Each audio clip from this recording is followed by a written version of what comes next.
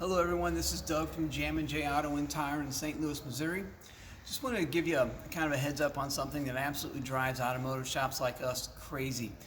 This is what happens to us on a daily basis. I had a customer come in today with this piece of paper and she's wanting the price of a coil to be put on her vehicle.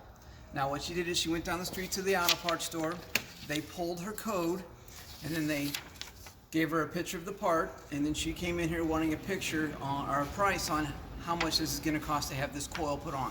Now, when we got in this car's diagnostic system, yeah, it has a P302 in there, which means it has a number 2 misfire.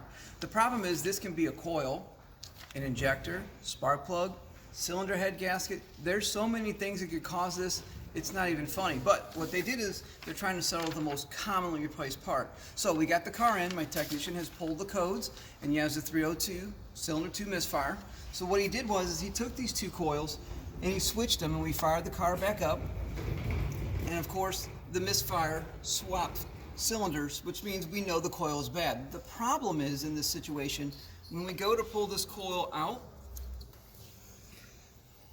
it's actually covered in oil, and we can't get a picture down in there for you, but if you went, this spark plug and the bottom of this coil are literally saturated in oil, and that's why it's found it out. So then on this vehicle, this is a whole valve cover, and at the bottom of each of these 4 spark plug holes, there's a gasket that needs to be replaced. So this whole valve cover needs to be replaced in order to fix this problem.